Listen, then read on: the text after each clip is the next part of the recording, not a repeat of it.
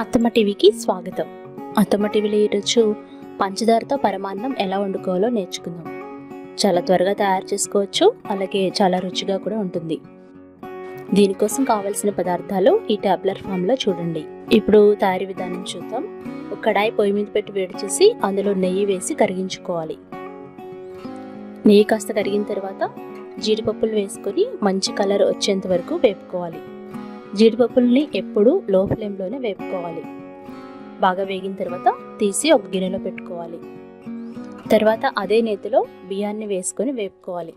పరమాన్నం ఎప్పుడు సోనా మసూరి బియ్యం లేదా లావుగా ఉండే ముడి బియ్యంతో చేసుకోవాలి. అప్పుడే పరమాన్నం రుచిగా ఉంటుంది. పచ్చివాసన పోయేంత వరకు లో ఫ్లేమ్లో వేపుకోవాలి. తర్వాత అందులో 5 కప్పుల కాచి చల్లార్చుకున్న పాలు పోయాలి.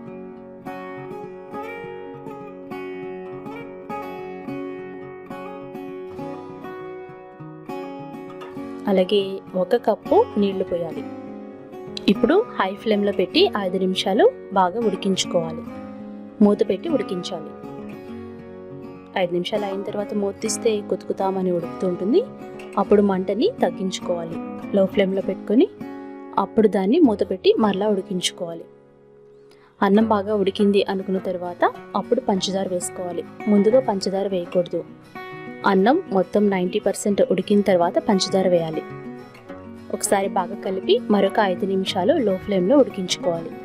పంచదార కరిగి పాకంలాగా తయారయ్యేంత వరకు ఉడికించాలి. ఆఖరిగా యాలక్కాయల పొడిని అలాగే మనం వేయించి పక్కన పెట్టుకున్న జీడిపప్పుల్ని వేసుకోవాలి. ఒకసారి బాగా కలిపి మెత్తగా అన్నం ఉడికేంత వరకు ఉడికించుకోవాలి.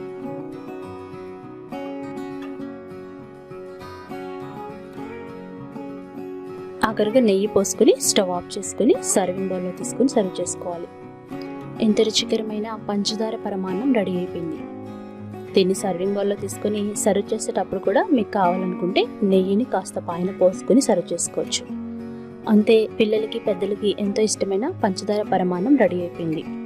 ఈ రెసిపీ మీరు ట్రై చేసి ఫీడ్బ్యాక్ పంపించండి. మరికొన్ని వంటల కోసం అత్తమ్మ టీవీ మొబైల్ యాప్ని డౌన్లోడ్ చేసుకోండి. తర్వాత సబ్స్క్రైబ్ కాగలరు.